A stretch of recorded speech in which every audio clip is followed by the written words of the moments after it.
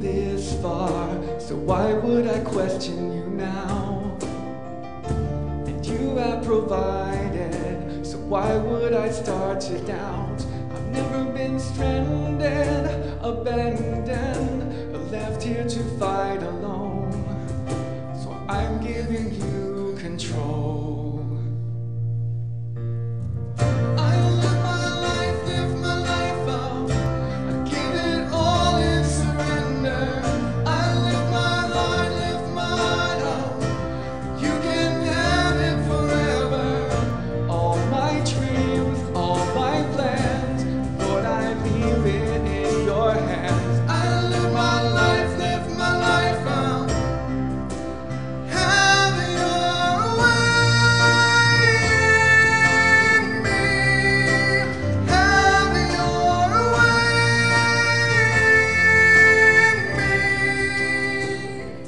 Tithing is a grateful act of submissive worship. And you need to hold on to that. This whole idea of the holy tenth gets rid of that frustrating how much. And the design behind it is to gratefully acknowledge the remaining 90% that God allows us to keep.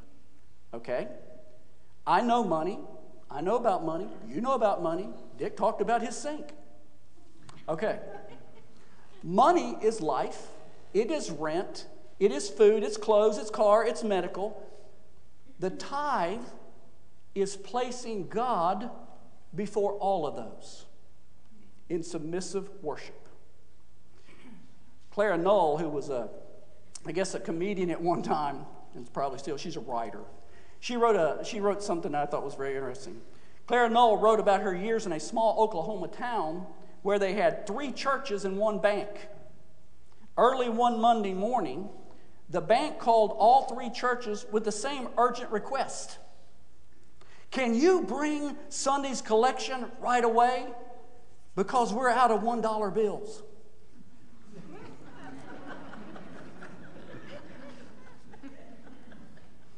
Jesus says in Matthew 6:21, where your treasure, which is your devotion, is, there your heart, your passion, will be also. Wherever your devotion is, there your passion will be also. Our treasure reveals our object of worship, and you can't get around that. So let's get to it. What is the heart of tithing? The heart of tithing is Jesus Christ. First part of it is submission.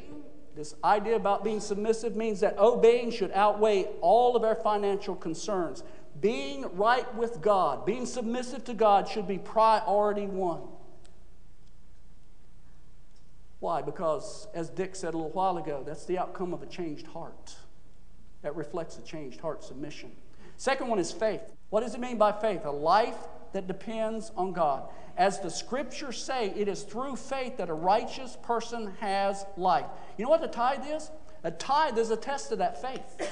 A tithe is testing the heart of faith that we claim to have. The risk of believing that God is not a liar. That's what tithing is.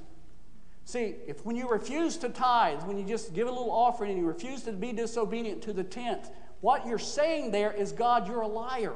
You won't meet my need. You won't keep your word. You won't open those windows of heaven. I can't trust you. So we keep our money close to our heart and suffer for it. But it's love also. Jesus replied, the most important commandment? Let me think about it. That's easy.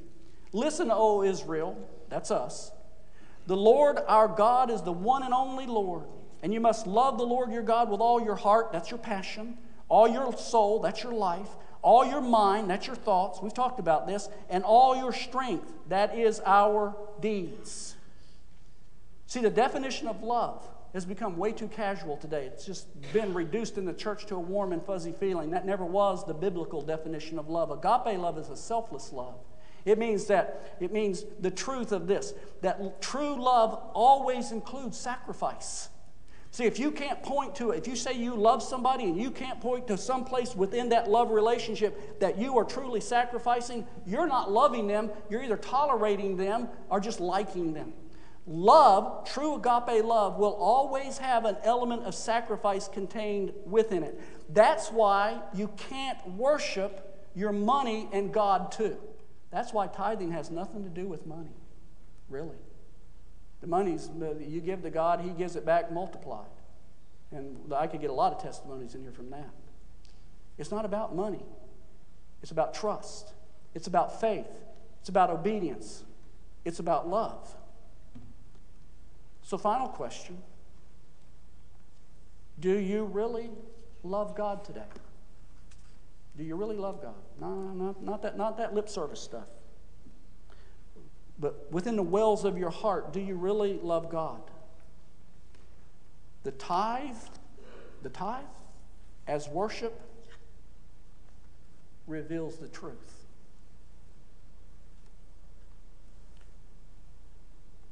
Trust me now in this, he says. Trust me. If I will not open the windows of heaven and pour out blessings so grand and so great, you cannot possibly hold them in your lap nor receive all of them. Is that your God speaking? Do you trust Him? Do you love Him? Choice, as always, is yours. I live my life if my life